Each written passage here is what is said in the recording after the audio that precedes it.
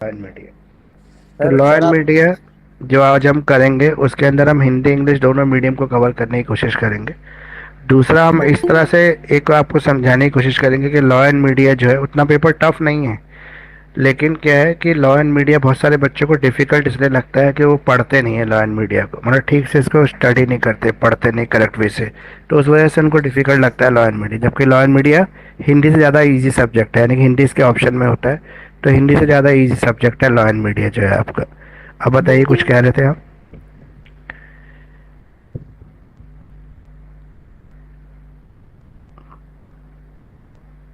कुछ नहीं कह रहे थे तो मैं आपको एक चीज़ बताता हूँ। कुछ कह रहे थे, बताइए अगर कुछ कहना है तो।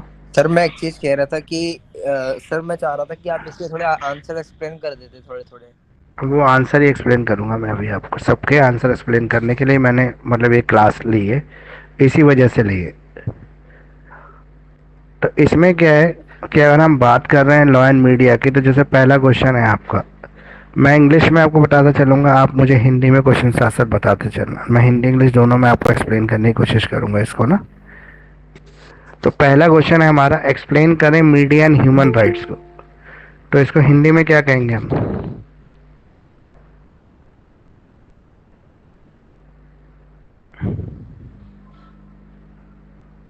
मानवाधिकार और मीडिया, ठीक है। इन दोनों को हम अगर साथ साथ लें तो हम ये समझ पाएंगे इसके अंदर कि मीडिया और इसमें क्या रिलेशन है, मानव अधिकारों में, ह्यूमन राइट्स में और मीडिया में क्या रिलेशन है। सबसे पहले हमें ये समझना पड़ेगा कि मीडिया क्या होता है। तो आप किस चीज़ को मीडिया कहेंगे, ये बताइए। सर मीडिया दो प्रकार के होते हैं, लाइक एक न्यूज न्यूज वाला मीडिया और एक हाँ। आजकल सोशल मीडिया। हम्म। तो मीडिया, आपने बोला कि दो तरह की मीडिया है हमारे पास, एक तो न्यूज़ मीडिया है, एक सोशल मीडिया है। तो अगर हम न्यूज़ मीडिया सोशल मीडिया की बात करें, या फिर हम देखो प्रिंट मीडिया की बात करें, इलेक्ट्रॉनिक मीडिया की बात करें, हमारे पास इलेक्ट्रॉनिक फॉर्म में मीडिया जैसे रेडियो टेलीविज़न, ये सब मीडिया है, इसमें न्यूज़ चैनल्स जो आते हैं। प्रिंट मीडिया की बात करें तो हमारे पास न्यूज़पेपर्स हैं, मैगजीन्स हैं, इस तरह के बहुत सारे, और हमारे पास सोर्स ऑफ न्यूज़ हैं जो हमारे इसमें आते हैं, प्रिंट मीडिया में आते हैं, जो प्रिंट फॉर्म में हमारी पब्लिकेशंस होती हैं। तो अगर हम बात कर रहे हैं प्रिंट मीडिया की और साथ साथ हम बात कर रहे हैं किसकी, ह्यूमन राइट्स की, तो इन दोनों के बीच में क्या संबंध है? तो मीडिया की एक रिस्पॉन्सिबिलिटी होती है, क्योंकि मीडिया को क्या बोला गया है, फोर्थ पिलर ऑफ डेमोक्रेसी बोला गया है, कि लोकतंत्र का अगर चौथा स्तंभ है तो लोकतंत्र का चौथा स्तंभ कौन है? मीडिया है। तो अगर चौथा स्तंभ मीडिया को बोल रहे हैं तो मीडिया की कुछ रिस्पॉन्सिबिलिटी भी बनती है। तो मीडिया की रिस्पॉन्सिबिलिटी किन के लिए बनती है? उसके लिए बनती है जो समाज है, समाज की कुछ उम्मीदें हैं मीडिया से, उन उम्मीदों पर समाज को, मीडिया को पूरा होना है। अब इसका आंसर अगर आप एग्जाम में लिखेंगे तो कैसे लिखेंगे? तो सबसे पहले आप इसमें मीडिया को डिफाइन करेंगे आंसर में। सबसे पहले आप मीडिया का अर्थ लिख देंगे, मीडिया क्या है। तो मीडिया में मैंने आपको बता दिया कि मीडिया में आप क्या लिखोगे कि मीडिया क्या है, कम्युनिकेशन मीडिया है, जिसमें इलेक्ट्रॉनिक फॉर्म ऑफ मीडिया भी है, सोशल मीडिया भी है, प्रिंट मीडिया भी है। ये तीन तरह के हमारी मीडिया हैं, जिसमें हमारे बुक्स आते हैं, न्यूज़पेपर आते हैं, फोटोग्राफ आते हैं, टेलीविज़न आता है, रेडियो आता है, इंटरनेट आता है, ईमेल्स आते हैं, ठीक है। ये सारी आप लिख देना चाहिए। व्हाट्सएप आता है और यूट्यूब आता है, मीडिया के अंदर ही आता है, और ऑर्कुट आता है, ट्विटर आता है, ठीक है। ये सब चीज़ें हमारी, फेसबुक आता है, ये सब मीडिया है। तो ये सबको हम मीडिया कह सकते हैं। अगर हम मीडिया की बात करें तो मीडिया कनेक्शन क्या, किस चीज़ को कनेक्ट कर रही है मीडिया? मीडिया अपनी रिस्पॉन्सिबिलिटीज को कर रही है यूनिवर्सली लेवल पर। पहले आप मीडिया की डेफिनेशन आपने लिख दी कि मीडिया क्या है और मीडिया का रोल क्या है। तो मीडिया क्या है? फोर्थ पिलर ऑफ डेमोक्रेसी, चौथा स्तंभ है हमारे इसका, डेमोक्रेसी का, ठीक है। तो डेमोक्रेसी का चौथा पिलर है, तो इसका मतलब इसकी एक जिम्मेदारी बन जाती है कि समाज को सही दिशा में और करेक्ट इन्फॉर्मेशन दे, ये मीडिया की जिम्मेदारी है। तो करेक्ट इन्फॉर्मेशन देना मीडिया की जिम्मेदारी, ये कंप्लीट हो गया आपका। पहली बार अगर हम बात करें तो मीडिया हमारे देश में कब से इंट्रोड्यूस हुई? 1990 में पहली बार हमारे पास क्या है, टेलीविज़न आया। उससे पहले हमारे पास घर घर में टेलीविज़न नहीं होता था, रेडियो ही होता था। पॉपुलर हुआ टेलीविज़न कब? 1990 में पॉपुलर होना शुरू हुआ, जब टेलीविज़न सबके मतलब उसमें आया, अधिकार में आया कि सब लोग टेलीविज़न ले सकते थे। अगर हम बात करते हैं ह्यूमन राइट्स की, तो ह्यूमन राइट कब अस्तित्व में आया था? तो पहली बार किसने मानव मतलब ये मानव अधिकारों की बात की थी, ह्यूमन राइट्स की बात की थी? तो सबसे पहले किसने बात की मानव अधिकारों की? सर भीमराव अम्बेडकर ने। नहीं नहीं, सबसे पहले जो मानव अधिकारों की बात की थी वो जब हुई थी जब प्रथम विश्व युद्ध खत्म हुआ। यानी कि पहले जो वर्ल्ड वॉर हो रहा था, प्रथम विश्व युद्ध हो रहा था, फर्स्ट वर्ल्ड वॉर, वो जब खत्म हुआ तो जितने भी उसके पार्टिसिपेंट थे, मतलब उस वर्ल्ड वॉर के अंदर जो भी लोग शामिल थे, उन सब लोगों को ऐसा लग रहा था कि भाई ये जो प्रथम विश्व युद्ध, उसके बाद कितने सारे तो लोग मर गए, कितना सारा इकोनॉमिकल लॉस हुआ, कितने सारा मतलब देशों के अंदर जो है क्राइसिस आए, जिससे फ़ायदा क्या हुआ। तो अल्टीमेटली सब इसी डिसीजन के साथ थे कि ऐसा आगे नहीं होना चाहिए। अगर ऐसा आगे नहीं होना चाहिए तो इसके लिए हमारे पास क्या उपाय है? तो इसके लिए हमारे पास उपाय यही है कि हम मानव अधिकारों की सुरक्षा करें, मतलब एक सोसाइटी को दूसरी सोसाइटी से लड़ने से रोकें। तो इसलिए पहली बार प्रथम विश्व युद्ध जब खत्म हुआ तब इसकी चर्चा शुरू हुई, और जब द्वितीय विश्व युद्ध खत्म हो गया तो उसके बाद universal declaration of human right आया। तो universal declaration of human right एक ऐसा पत्र था जिसके अंदर लिखा हुआ था कि हर देश को अंदर किन किन अधिकारों को अपने नागरिकों को देना है। जब हम आज़ाद हुए थे 1947 में, तो उस समय यूडीएचआर आया था, universal declaration of human right, तभी आया था। तो इसलिए हमने क्या किया, इसको अपने संविधान में जगह दे दी। हमने बोला कि हम अलग से ह्यूमन राइट कमीशन या ह्यूमन राइट के लिए कोई कानून नहीं बनाएंगे, हम ह्यूमन राइट को ऐसे फंडामेंटल राइट अडॉप्ट कर लेते हैं। तो हमने इसको मौलिक अधिकार बना दिया अपने देश के अंदर। सर तो सबसे मौलिक पहले कौन अधिकारों से के सन रूप में आया में था? हमने इसको शामिल कर दिया 1947 में, जब हमारा देश आज़ाद हो रहा था। उस समय यूडीएचआर आया था, universal declaration of human right आया। सेकेंड वर्ल्ड वॉर ख़त्म हो चुका था, उसके बाद सारे मित्र देश जो थे, मतलब पूरी कंट्री, पूरे वर्ल्ड के लोग जो थे मिलकर मीटिंग कर रहे थे कि कैसे ये रोका जाए कि एक और तीसरा वर्ल्ड वॉर ना आ जाए, तृतीय विश्व युद्ध ना आ जाए। और तृतीय विश्व युद्ध ना आने के लिए रोकने के उपाय यही थे कि हम ह्यूमन राइट्स की बात करें, मानव अधिकारों की बात करें। तो इन्हीं मानव अधिकारों के ऊपर बेस कर कर जो है ये हमारा तृतीय विश्व युद्ध जो रुका। तो यहाँ पर तीन तरह के अधिकार बताए गए नागरिकों के। पहला सिविल राइट, दूसरा पॉलिटिकल राइट, ठीक है, और तीसरा इकोनॉमिकल राइट। तो सिविल, पॉलिटिकल और इकोनॉमिकल, ये तीन राइट बताए गए लोगों के। सिविल राइट का मतलब ये होता है कि राज्य जो है, सरकार जो है, सबको इक्वल माने, किसी भी तरह का कोई डिस्क्रिमिनेशन ना हो, राज्य की तरफ से कोई भी भेदभाव ना किया जाए, कोई डिस्क्रिमिनेशन ना किया जाए, सबको इक्वल ट्रीट किया जाए, ठीक है, सबके लिए समान कानून व्यवस्था हो। तो ये सिविल राइट हो गए। फिर पॉलिटिकल राइट आ गया। पॉलिटिकल राइट में ये बोला गया कि सभी लोगों के लिए एक जैसे राजनीतिक अधिकार होने चाहिए। तो राजनीतिक अधिकारों का मतलब है सभी को वोट देने की इक्वल पावर होनी चाहिए, सब जो है इलेक्शन लड़ सकते हो, उसके लिए जो भी क्राइटेरिया आप फिक्स कर रहे हो वो सबके लिए इक्वल रहे। फिर तीसरा आ गया आपका इकोनॉमिकल राइट। तो आर्थिक अधिकार, आर्थिक अधिकारों में ये बताया गया कि सभी को राज्य जो है जॉब के समान अवसर देगा, सभी को प्रोफेशनल एजुकेशन, जैसे डॉक्टर, इंजीनियर, वकील कोई बनना चाहे तो उसके लिए ऐसा नहीं होगा कि ब्राह्मण का बच्चे के लिए अलग कानून होगा और किसी शूद्र के बच्चे के लिए अलग कानून होगा, किसी बनिए के बच्चे के लिए अलग कानून होगा, नहीं, सबके लिए एक जैसी एजुकेशन होनी जरूरी है। तो डिस्क्रिमिनेशन को ख़त्म करना जरूरी है। अब ये हो गया ह्यूमन राइट आपका। अब आ गया इन दोनों के बीच में रिलेशंस कैसे बनाएंगे। तो रिलेशन बनाने के लिए आप ये देखेंगे कि मीडिया का ये कर्तव्य है, मीडिया का कर्तव्य है कि वो ह्यूमन राइट की रक्षा करे, ह्यूमन राइट का ध्यान रखे। कैसे ध्यान रखेगी मीडिया ह्यूमन राइट का? कि वो ऐसे लॉज बनाए, ह्यूमन राइट के लिए ऐसे लॉज बनाए कि सॉरी, लोगों को जागरूक करे। मीडिया का काम तो जागरूक करना होता है, लॉ बनाना नहीं होता। तो मीडिया क्या करे, लोगों को जागरूक करे, और ये जागरूकता लोगों को फ़ायदा पहुँचाए। किस लिए फ़ायदा पहुँचाएगी ये जागरूकता लोगों को? कि लोगों को ये पता होगा कि उनके मानव अधिकार क्या है, ताकि अपने मानव अधिकारों की वो राज्य से मांग कर सके, राज्य से अपने अधिकारों को मांग सके। इसलिए उन्होंने इस तरह की मांग जो है राज्य के समक्ष रखी। मीडिया का एक और काम है सबको अवेयर करना। अवेयर करने का ये मतलब होता है कि सबको वो अवेयर कर रहे हैं। अवेयर कैसे कर रहे हैं? सबके मन में भावना दे रहे हैं, मतलब सबको जो है जागरूकता दे रहे हैं, ताकि सब जो है अपने मानव अधिकारों की लड़ाई लड़ सके, सबको पता हो कि उनको क्या अधिकार है और वो अधिकार उनको मिलने चाहिए। तो एक डेमोक्रेटिक कंट्री, जैसे हमारा जो एक डेमोक्रेटिक कंट्री इंडिया, तो डेमोक्रेसी जब भी स्थापित हो सकती है जब हम क्या करें, मानव अधिकारों को सही से लागू करें, क्योंकि एक दूसरे की रिस्पेक्ट करना मानव अधिकारों के लिए ज़रूरी है। तो इस तरह से आप ये क्वेश्चन का आंसर कंप्लीट कर लेंगे। अब जो अगला क्वेश्चन आपका इसके अंदर आता है वो क्या आएगा, अगला क्वेश्चन क्या है इसके अंदर? तो अगला क्वेश्चन है आपका इसके अंदर, discuss the freedom of speech and expression under the article 19(1) of the Indian constitution, on what ground restriction can be imposed by the state.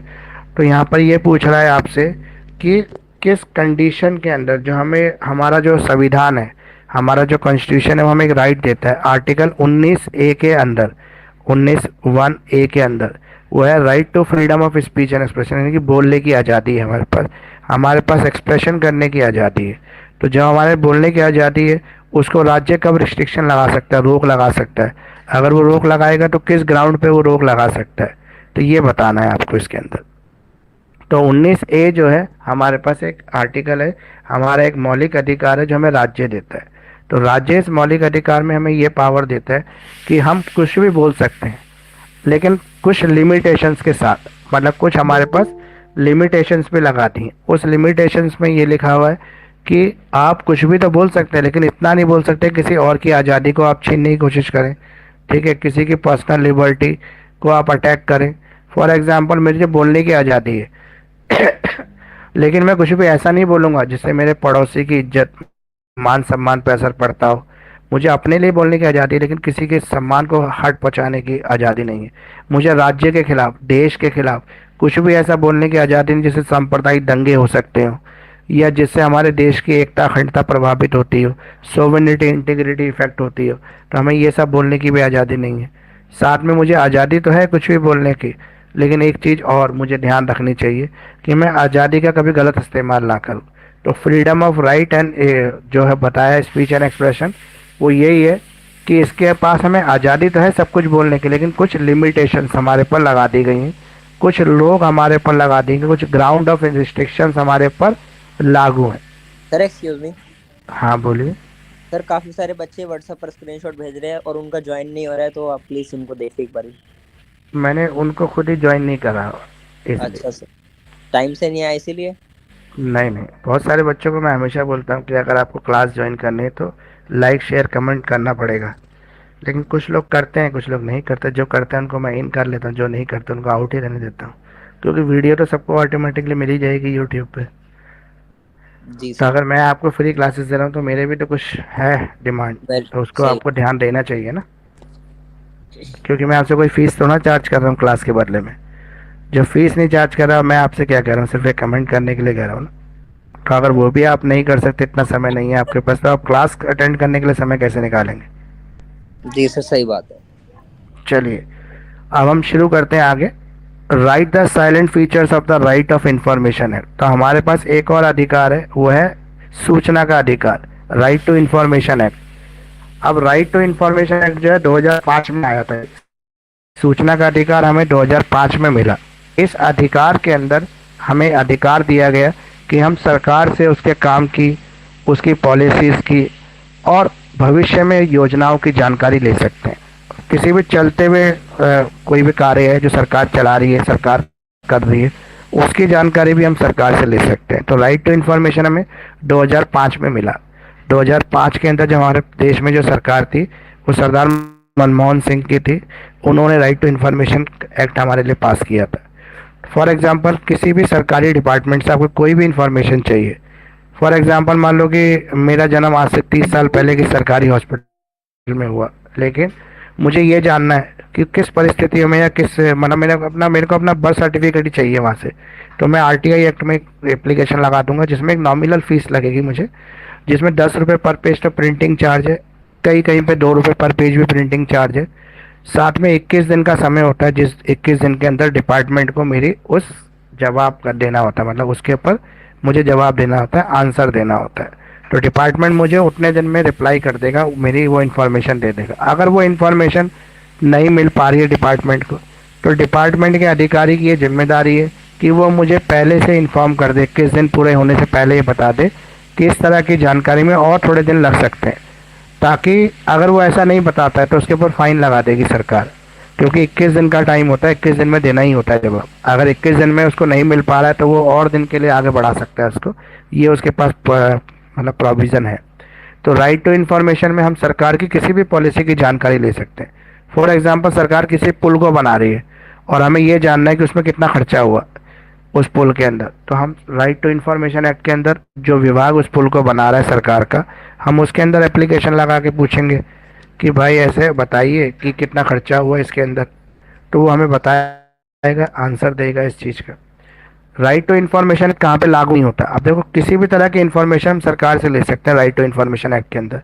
कोई भी डॉक्यूमेंट की फ़ोटो कॉपी ले सकते हैं, किसी भी मान लो हमारी कोई प्रॉपर्टी रजिस्टर्ड है, लेकिन हमें ये नहीं पता, उसके पेपर हमसे मिस हो गए, हमें ये नहीं पता कि प्रॉपर्टी थी किसके नाम, हमारे दादा के नाम थी कि हमारे चाचा के नाम थी कि हमारे पिताजी के नाम है। तो हम क्या करेंगे, रजिस्ट्रार ऑफिस में राइट टू इन्फॉर्मेशन लगा देंगे। तो जब हम रजिस्ट्रार ऑफिस में राइट टू इन्फॉर्मेशन लगाएंगे तो उसका फ़ायदा क्या मिलेगा हमें, वो रजिस्ट्री की एक कॉपी डिपार्टमेंट हमें प्रोवाइड करा देगा कि भाई ये फ़लाँ नाम पे प्रॉपर्टी रजिस्टर्ड है, अगर आपको इसका प्रिंट आउट चाहिए इसके पेपर्स का, तो आप राइट टू इन्फॉर्मेशन एक्ट के अंदर आपने अप्लाई किया तो 2 रुपये पर पेज या 10 रुपये पर पेज जो उनका चार्ज होगा, उस हिसाब से वो कहेंगे कि भाई चार्ज आप पेमेंट कर दो, आपको दे देंगे। लेकिन जैसे हर एक्ट की कुछ लिमिटेशंस होती हैं, तो इस एक्ट की भी कुछ लिमिटेशंस हैं। लिमिटेशन क्या है इसकी? इसकी लिमिटेशन ये है कि आप सरकार से सुरक्षा से जुड़े सवालों पर जवाब नहीं मांग सकते। जैसे आप ये नहीं पूछ सकते राइट टू इन्फॉर्मेशन में कि हमारे देश की आर्मी कहाँ कहाँ पे तैनात है, क्योंकि ये हमारे देश की सुरक्षा के रिलेटेड सवाल हो सकता है, जिससे हमारी देश की सुरक्षा खतरे में आ सकती है। तो ऐसे सवाल नहीं पूछ सकते आप। दूसरा, आप सरकार की किसी खुफिया जानकारी को नहीं मांग सकते। सरकार के किसी भी सीक्रेट एक्ट के बारे में अगर आप पूछना चाहते हैं तो आप राइट टू इन्फॉर्मेशन एक्ट उसमें लागू नहीं होता। ठीक है। इसके अलावा मिनिस्ट्री ऑफ डिफेंस हो गया, होम मिनिस्ट्री हो गया, इनमें right to information act applicable नहीं होता। मिनिस्ट्री ऑफ एविएशन जो है हमारा, उसके अंदर right to information act apply नहीं होता। इसे बहुत सारी जगह पे ये अप्लाई नहीं होता जहाँ पे देश की सुरक्षा को खतरा हो, सोवरेनिटी को खतरा हो, इंटीग्रिटी को खतरा हो, तो वहाँ पे इस तरह के एक्ट को एप्लीकेबल नहीं किया जा सकता, वहाँ पर यह एक्ट एप्लीकेबल नहीं होता राइट टू इन्फॉर्मेशन। तो इसमें आप जब भी एग्जाम में लिखोगे तो मोटा मोटा यही लिख देंगे कि जो राइट टू इन्फॉर्मेशन एक्ट है वो 2005 में आया था। इसको कांग्रेस की गवर्नमेंट थी जिसने पास किया था, सरदार मनमोहन सिंह पीएम थे जिन्होंने ये एक्ट लेके आए थे। बाद में एक बार इसमें अमेंडमेंट भी किया गया, लेकिन ये एक्ट हमें सभी भारतीय नागरिकों को ये अधिकार देता है कि हम सरकार से जुड़ी हुई किसी भी कार्य की जानकारी ले सकते हैं एक एप्लीकेशन फाइल करके, जो राइट टू एप्लीकेशन में लगती है। प्रॉपर फॉर्मेट है जिसके अंदर अप्लाई कर सकते हैं। इसमें मिनिमम फीस भी एक है, शायद 10 रुपये की है या 100 रुपये की एक फ़ीस है, उसके साथ ले सकते हैं। ये लिखने के बाद आप इसकी लिमिटेशंस लिख देंगे फिर एग्ज़ाम में कि ये एक्ट तो है, इन्फॉर्मेशन तो ले सकते हैं, लेकिन कुछ लिमिटेशंस है इसके ऊपर, जो इस तरह की इन्फॉर्मेशन हम सरकार से मांग नहीं सकते। जैसे आर्मी से जुड़ी हुई जानकारी नहीं मांग सकते, मिनिस्ट्री ऑफ डिफेंस हम ये पूछने लगे कि हमारे देश के पास कितने तोहफे हैं ये बता दो, तो ये थोड़ा ना बताएंगे, इससे दुश्मन की जानकारी लीक हो जाएगी। या हम ये पूछ लें कि हम हमारे पास कितने एटम बम हैं, ये एटॉमिक पावर है हम इंडिया, तो हमारे पास कितनी एटॉमिक मिसाइलें हैं, तो ये सब हम नहीं पूछ सकते हैं सरकार से, क्योंकि ये हमारे देश की सोवरेनिटी और इंटीग्रिटी सिक्योरिटी के अगेंस्ट है। बोलिए। हेलो सर, अगर किसी का पर्सनल लाइसेंस वगैरह खो जाता है, ड्राइविंग लाइसेंस या कोई फूड लाइसेंस खो जाता है, तो वो कैसे प्राप्त कर सकता है दोबारा से? वो तो सिंपल प्रोसेस है, अगर आपके उसकी कोई फोटो कॉपी पड़ी है ड्राइविंग लाइसेंस की, या तो आप एक एप्लीकेशन होती है डुप्लीकेट लाइसेंस या डुप्लीकेट सर्टिफिकेट, वो एप्लीकेशन फाइल कर दो उस डिपार्टमेंट में जाके, आपको डुप्लीकेट लाइसेंस इशू कर देगा डिपार्टमेंट। ठीक है। Okay sir. और अगर आपको यही नहीं पता, मान लो आपके पास कोई फोटो कॉपी नहीं, आपका लाइसेंस खो गया, तब आप राइट टू इन्फॉर्मेशन एक्ट के अंदर आरटीआई लगा दो एक ट्रांसपोर्ट मिनिस्ट्री के अंदर कि भाई इस नाम से कोई लाइसेंस आपने इशू किया था, नाम तो ये, फादर नेम ये, एड्रेस ये। तो फिर वो राइट टू इन्फॉर्मेशन एक्ट के अंदर आपको जवाब दे देंगे, आपका लाइसेंस नंबर दे देंगे, फिर आप डुप्लीकेट लाइसेंस के लिए अप्लाई कर दें। ठीक है। अब अगला क्वेश्चन है इसके अंदर, official secret act 1923 also explain the utility and relevance in the presence of information है। तो अगर हम बात कर रहे हैं ऑफिशियल सीक्रेट एक्ट की, तो इस एक्ट को ब्रिटिशर्स लेके आए थे। पहली बात तो ये लाए इसलिए थे कि इनको जो भारत के लोग हैं ना, जो इंडियंस हैं, उनसे डर लगता था, क्योंकि इंडियंस बहुत सारे उस समय प्रोटेस्ट चला रहे थे, क्रांतिकारी मूवमेंट चला रहे थे, जिससे सरकार खतरे में रहती थी ब्रिटिश। तो इन्होंने कहा कि एक ऐसा एक्ट पास कर दो कि एक साथ सबको जेल में डाल दें और कोई सुनवाई भी ना हो, तो ऑफिशियल सीक्रेट एक्ट बना दिए। लेकिन जब हमारा देश आज़ाद हुआ तो हमारे कॉन्स्टिट्यूशन बनाने वाले जो थे, कॉन्स्टिट्यूशन असेंबली के जो चेयरमैन थे डॉक्टर बी आर अम्बेडकर, तो उन्होंने देखा कि हमारे देश के लिए यह ज़रूरी है क्योंकि आगे भी देश की सुरक्षा पे खतरा हो सकता है। तो इन्होंने इस एक्ट के अंदर कुछ परिवर्तन करके इसको एज इट इज़ अपना लिया, ऑफिशियल सीक्रेट एक्ट 1923 को अडॉप्ट कर लिया। क्योंकि 23 का वो समय था जब हमारे जितने भी ये जो प्रोटेस्ट थे, स्वतंत्रता संग्राम आंदोलन, ये पीक पर हुआ करते थे। यानी गांधी जी भी बड़े मास स्केल पर आंदोलन चला रहे थे। उधर से सरदार भगत सिंह और भी कई लोग थे, राजगुरु सुखदेव, नरम दल गरम दल दोनों ही बहुत अग्रेसिव थे उस समय। सब ये सोच रहे थे कि अब हमारा देश आज़ाद हो ही जाएगा, इसलिए सब लगे हुए थे। तो इसलिए ऑफिशियल सिगरेट एक्ट आया, लेकिन बाद में इसको इसलिए रखा गया, क्यों रखा गया इसको, देखो इसको हिस्ट्री भी लिखना कि इसकी हिस्ट्री ये है कि एक्ट जब आया था किसी पर्पज से ब्रिटिश गवर्नमेंट लाई थी। लेकिन सरकार ने इसको एज इट इज़ मेंटेन इसलिए कर लिया क्योंकि सरकार को ऐसा लगता था कि आगे भी इस तरह की कार्रवाई हो सकती है जो देश के खिलाफ हो। तो जो भी देश के खिलाफ काम करते हैं सर टेररिस्ट होते हैं, टेररिस्टों के ऊपर ये एक्ट लग सकता है। इसके अलावा कुछ सरकार से जुड़े हुए जो जरूरी डॉक्यूमेंट होते हैं उनकी फोटोकॉपी लेना, उनको लीक करना या उनकी वीडियोग्राफी करना, ये सब अलाउड नहीं होता। इसलिए आप बहुत सारी जगह जब जाते होंगे तो वहाँ पे लिखा होता है प्रोहिबिटेड, कि कैमरा वगैरह जो है वो सब इस्तेमाल करना जो है मुश्किल है, मतलब अलाउड नहीं है, यहाँ पे बंद है। तो इसी वजह से होता है। तो ऑफिशियल सीक्रेट एक्ट में बहुत सारी चीज़ों को शामिल किया गया जिसकी जानकारी साधारण पब्लिक नहीं मांग सकती या जो लोगों के लिए जरूरी नहीं है। अब आगे आपका अगला question, media ethics. Media ethics क्या होते हैं और how the ethics can be enforced on media. Media के ऊपर एथिक्स कैसे लागू होते हैं। तो एथिक्स की बात करें तो एथिक्स तो हमारे एडिकेट्स होते हैं जो हमारे अंदर होने चाहिए। उसी तरह से मीडिया के भी कुछ एथिक्स है। जैसे मीडिया किसी भी तरह की इंफॉर्मेशन को पब्लिश कर सकती है लेकिन किसी की पर्सनल लाइफ के अंदर इंटरफेयर नहीं कर सकती। बहुत सारी जो नॉर्मल लोकल मीडिया होती है वो ऐसा करती है कि आज सुबह हीरो ने क्या खाया, उसने क्या पहना, ये सब दिखाना शुरू कर देते हैं। तो उनकी पर्सनल लाइफ में इंटरफेयर करना अलाउड नहीं होता। उनकी पब्लिक लाइफ के बारे में आप कुछ भी छाप सकते हैं।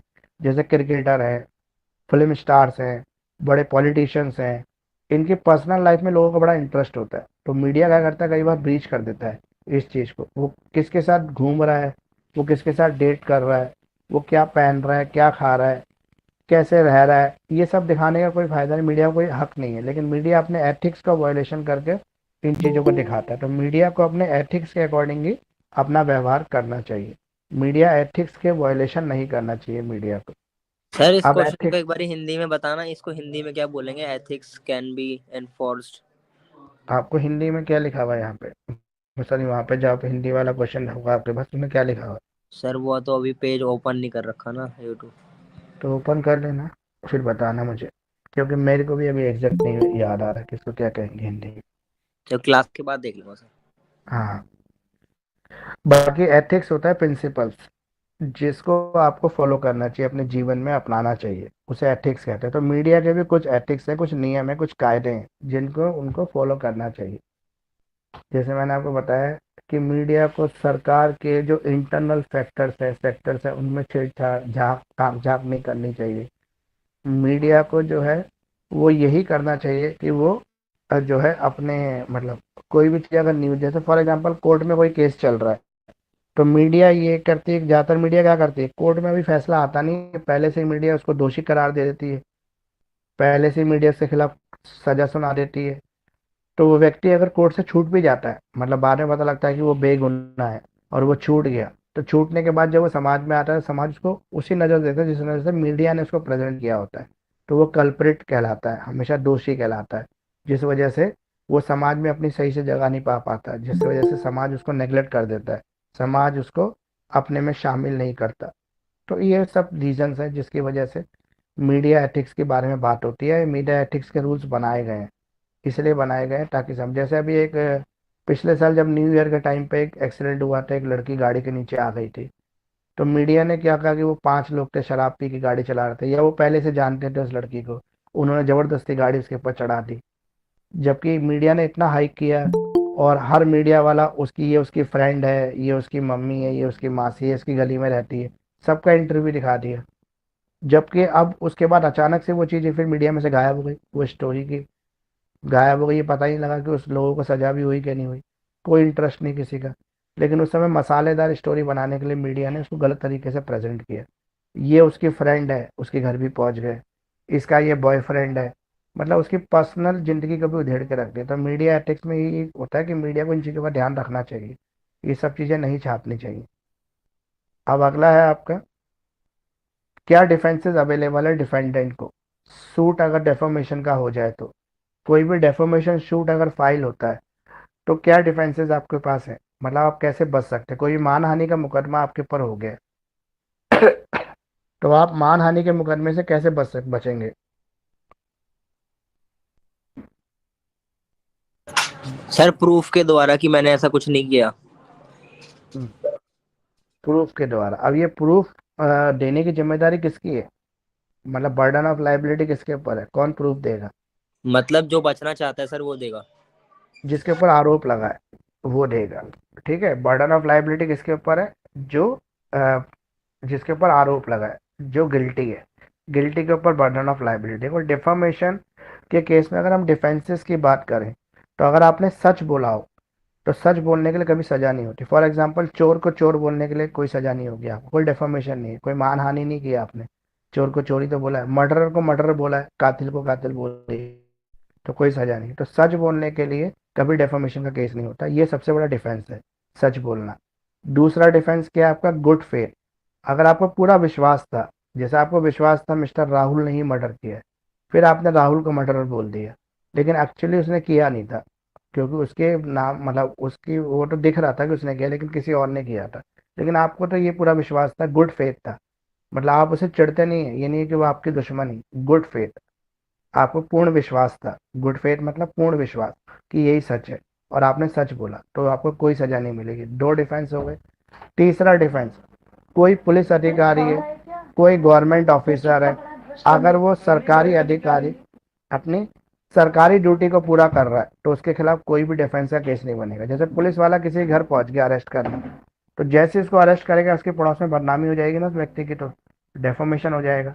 लेकिन पुलिस वाले के ऊपर केस थोड़ा चलेगा डेफोमेशन का, कि उसने उसको चोरी छुपे क्यों नहीं बुलाया पुलिस स्टेशन में, क्यों सबके सामने उसको अरेस्ट किया, क्यों सबके सामने पुलिस आके उसको घर से ले गई। पुलिस को क्या करना चाहिए था, चोरी छुपे करना चाहिए था उसको, लेकिन ऐसा नहीं हुआ। पुलिस कर सकती, गवर्नमेंट ऑफिसर के पास ये राइट है कि वो कर सकता है अपनी सरकारी ड्यूटी को पूरा। तो ये आ गए आपके, तीन हो गए। पांचवा जो है इसके अंदर वो है कि कहीं पर भी लॉ ऐसा डायरेक्शन देता है, जैसे कोर्ट है, कोर्ट संबंध इश्यू करती है, बुलाती है कल्प्रिट को, तो संबंध जब भी किसी घर जाता है तो आस पड़ोस में चर्चा का विषय तो बनता है, तो डेफोमेशन होती है। तो कोर्ट के खिलाफ भी कोई भी लीगल प्रोसीडिंग में अगर कुछ भी ऐसा होता है तो उसके पास कोई डेफोमेशन का केस नहीं बनता। और भी इसके अंदर डेफोमेशन का केस नहीं बनता, उसके लिए और भी डिफेंसेस हैं। फॉर एग्जाम्पल, आपने किसी की जान बचाने के लिए उसको डिफेम किया है, मतलब प्रोटेक्ट देयर लाइफ, उसकी जीवन बचाने के लिए आपने उसको डिफेम किया है। आपको ऐसा लग रहा था कि डिफेम नहीं करेंगे तो उसका जीवन खतरे में हो जाएगा, तो प्रोटेक्शन ऑफ द लाइफ या जिंदगी को बचाने के लिए अगर आप करते हैं तो आपके खिलाफ कोई डेफोमेशन का केस नहीं बनता। तो पहले इसमें डेफोमेशन को डिफाइन कर देना, फिर डिफेंसेस लिखना कि डेफोमेशन में किस किस तरह के डिफेंसेस अवेलेबल हैं, इतना ही आंसर इसका लिख देना। अब है, what publication amount to contempt of court. Contempt of court किसे कहते हैं, और कब जो है कोर्ट की अवमानना हो सकती है। कंटेम्प्ट ऑफ कोर्ट मतलब कोर्ट की अवमानना। What object are prohibiting for publication of contemptuous statement against the court. तो कोर्ट के खिलाफ कोई भी अवमानना का सेंटेंस, कोई वाक्य आपने इस्तेमाल कर लिया तो आपको कब सजा मिल सकती है उसके लिए, और कब सजा नहीं मिलेगी। तो बताओ कंटेम्प्ट ऑफ कोर्ट क्या होता है, कोर्ट की अवमानना क्या होती है, किसको कहेंगे कोर्ट की अवमानना।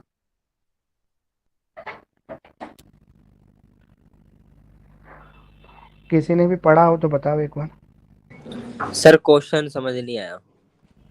कोर्ट की अवमानना मतलब कोर्ट के सम्मान में कुछ गलत चीज बोल देना, उसे कहते हैं कोर्ट की अवमानना, कंटेम्प्ट ऑफ कोर्ट। कब होता है, कब कोर्ट ये कहती है कि कोर्ट की अवमानना हुई है। सर जब रूल्स तोड़े हो किसी व्यक्ति ने। नहीं नहीं, रूल्स बनाना कोर्ट का काम थोड़ी ना है, कोर्ट नहीं की अवमानना की बात कर रहे हैं। सर कोर्ट के अंदर के रूल्स की बात कर रहा हूँ सर मैं जो। हाँ, कोर्ट के तो अंदर के कोई रूल्स हैं, जैसे कोर्ट में हमें मोबाइल इस्तेमाल नहीं करना चाहिए। अगर आप मोबाइल इस्तेमाल कर रहे हैं, मोबाइल की बेल बज गई तो कंटेम्प्ट ऑफ कोर्ट माना जाएगा। ये ठीक है, कंटेम्प्ट ऑफ कोर्ट होता है। कोर्ट और के रूल्स को अगर आपने बाय लॉज को नहीं माना, बाय लॉज कहते हैं उसको, रूल्स, कोर्ट बाय लॉज को आपने अवॉइड किया और तो सर एक और चीज होती है कि लाइक जज के सामने बंदा जो है मिसबिहेव कर गया, टोन ऊपर नीचे हो गई हल्की सी, या वकील का ड्रेसिंग सेंस अच्छा नहीं है, या उन्हें गलत नहीं, आर्ग्यूमेंट। ऊपर नीचे टोन तो हो सकती है, लेकिन मान लो कोर्ट ने ऑर्डर दिया, कोर्ट ने आपको सम्मन भेजा आपके घर पर कि आपको 20 जनवरी को कोर्ट में पेश होना है, लेकिन आपने बिना रीजन बताए या कोई भी जवाब दिया आप 20 जनवरी को कोर्ट गए नहीं, तो इसे भी कंटेम्प्ट ऑफ कोर्ट कहते हैं, कोर्ट के ऑर्डर को ना मानना। ठीक है, इसे भी। हाँ, कोर्ट के किसी भी बात को ना मानना वो भी कंटेम्प्ट ऑफ कोर्ट में आएगा ना। हाँ, वो भी कंटेम्प्ट ऑफ कोर्ट में आता है। कोर्ट ने आपको ऑर्डर दिया लेकिन आपने उस ऑर्डर को माना नहीं, तो आपने कोर्ट के बाय लॉज को अवॉइड कर दिया, तोड़ दिया, ब्रेक कर दिया, तो भी कंटेम्प्ट ऑफ कोर्ट ही आएगा।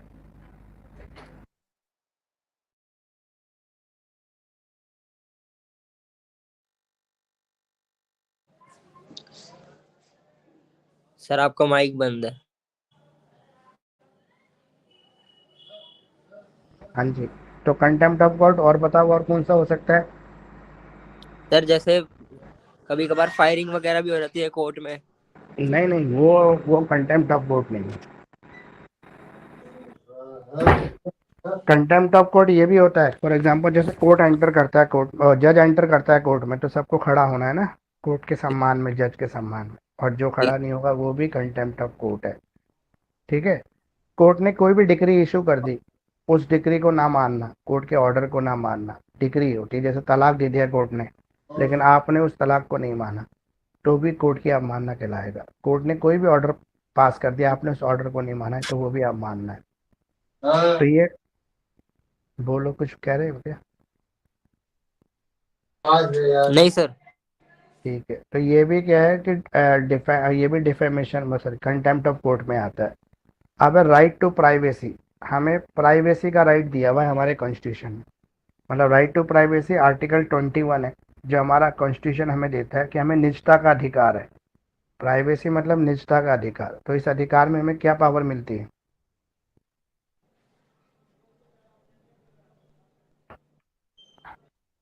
सर जैसे हमारी कोई पर्सनल चीज को कोई बंदा मिसयूज करके पब्लिकली रिवील ना कर दे।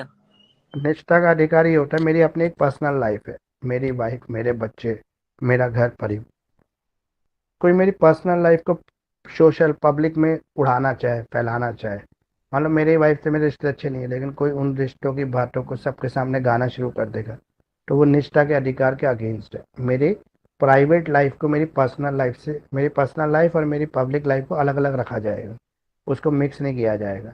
तो मेरे अपने कुछ निष्ठा के अधिकार हैं, जैसे फॉर एग्जांपल मैं किसी विशेष तरह के कपड़े पहनना पसंद करता हूँ, तो मेरी अपनी लाइफ है, मेरा अपना जीवन है, मैं जैसे भी जीऊँ, तो मेरी अपनी प्राइवेसी, कोई मेरी प्राइवेट लाइफ में झांकेगा नहीं। जैसे हम बाथरूम में नहा रहे हैं, तो किसी के पास अधिकार नहीं है कि वो मेरे बाथरूम में आके झांके, मुझे नहाते हुए देखे, क्योंकि मेरी राइट टू प्राइवेसी का वायलेशन हो जाएगा।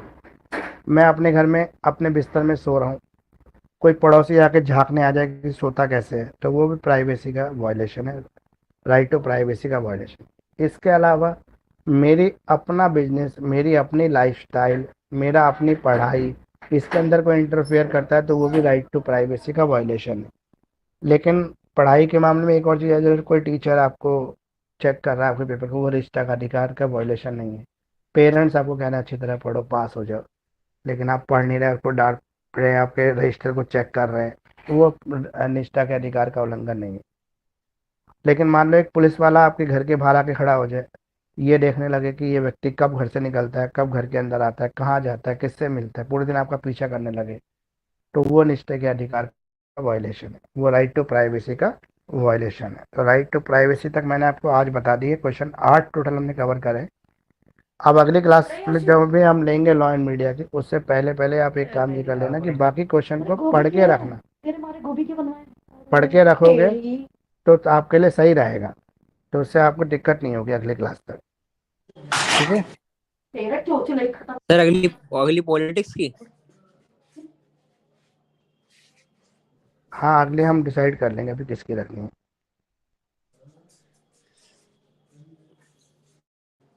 सर ये वाली क्लास तो 2 बजे तक है ना? ये वाली क्लास कंप्लीट हो गई अभी, बाकी हम अगले क्लास में करेंगे। चलिए, बाकी का? Okay, bye. Bye. Okay sir, sir. Okay sir.